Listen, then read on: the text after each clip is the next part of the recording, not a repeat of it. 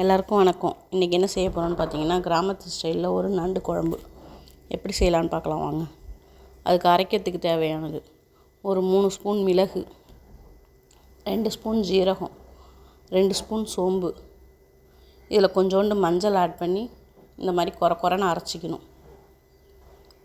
இதை அரைச்சி தனியாக எடுத்து வச்சுக்கலாம்.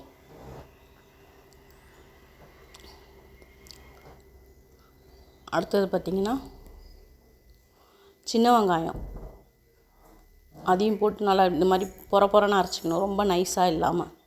இதையும் எடுத்து தனியாக வச்சுக்கலாம்.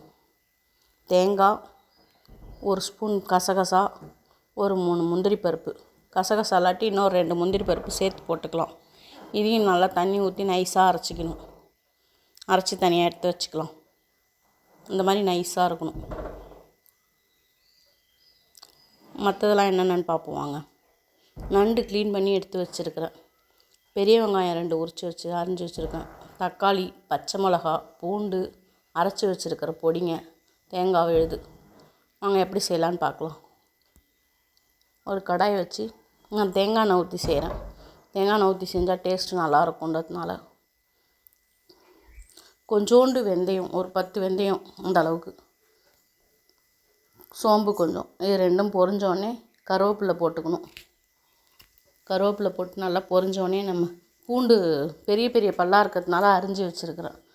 பூண்டு, பச்சை மிளகா 2த்தையும் போட்டு நல்லா வதக்கிக்கணும். இது ரெண்டும் வதங்கினோடனே பொடியாக கட் பண்ணி வச்சுக்கணும் பெரிய வெங்காயத்தை.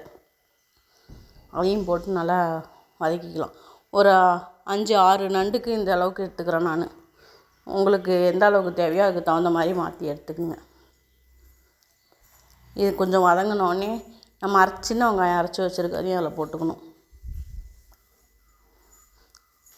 இது வதங்கிறதுக்கு தேவையான அளவு கொஞ்சோண்டு உப்பு போட்டுக்கலாம்.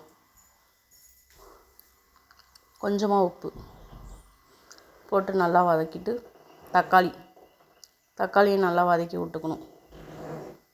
தக்காளி வதங்கினோடனே இஞ்சி பூண்டு பேஸ்ட் 1 ஸ்பூன். இஞ்சி பூண்டு போட்டோடனே இதுக்கு தேவையான மசாலாலாம் போட்டுடலாம். நம்ம இஞ்சி பூண்டு நல்லா வதங்கிடுச்சு. அடுத்தது பார்த்திங்கன்னா, காரத்துக்கு மிளகாத்தூள் கொஞ்சம், 1 ஸ்பூன் மிளகாத்தூள், 2 ஸ்பூன் தனியாத்தூள்.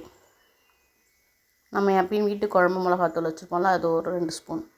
இடித்து வச்சுருக்கோம்ல அந்த பொடி, எல்லாத்தையும் நல்லா மிக்ஸ் பண்ணிவிட்டு கொஞ்சமாக தண்ணி ஊற்றி அந்த பச்சை வாசனை போகிற அளவுக்கு வச்சிடணும். நண்டை வாஷ் பண்ணி லெமன், உப்பு, மஞ்சத்தூள் போட்டு எடுத்து பெசரி வச்சுருக்கேன். அந்த நம்ம சமைக்கக்குள்ளேயோ இல்லை சாப்பிடக்குள்ளேயோ அந்த கவுல் அடிக்காமல் இருக்கிறதுக்கு அதை போட்டு இதில் இது பண்ணிவிட்டு அரைச்சி வச்சுருக்க தேங்காய் விழுது.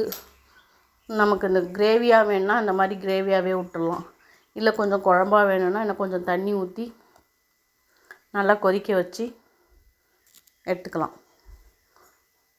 நமக்கு எந்த அளவுக்கு தேவையோ அந்த அளவுக்கு தண்ணி ஊற்றிக்கிங்க. தேவையான அளவு உப்பு ஏற்கனவே நண்டில் கொஞ்சம் போட்டிருக்கோம், வெங்காயம் வதக்கிறதுக்கு கொஞ்சம் போட்டிருக்கோம், அதனால் கொஞ்சமாகவே போட்டுக்கலாம்.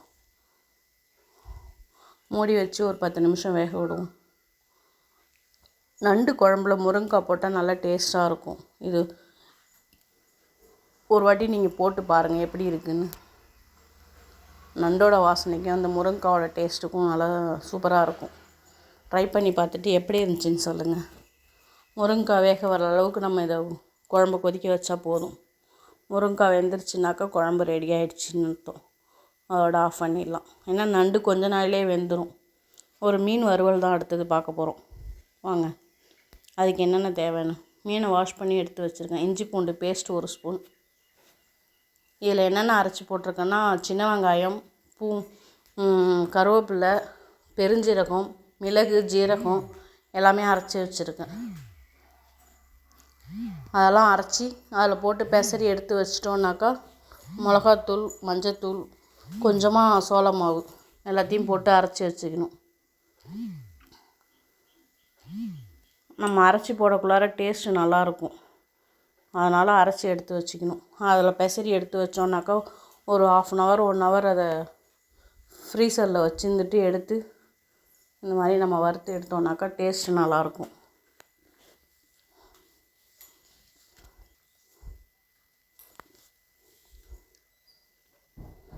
நல்லா 2 சைடும் ரோஸ்ட் ஆகிற அளவுக்கு வறுத்துட்டு எடுத்துட வேண்டியதுதான். சுட சுட சாதம் வச்சு நண்டு குழம்பு மீன் வச்சு சாப்பிட வாங்க. இது வரைக்கும் பொறுமையாக பார்த்ததுக்கு ரொம்ப நன்றி. எப்படி இருந்துச்சுன்னு கமெண்ட் பண்ணுங்கள். தேங்க்யூ.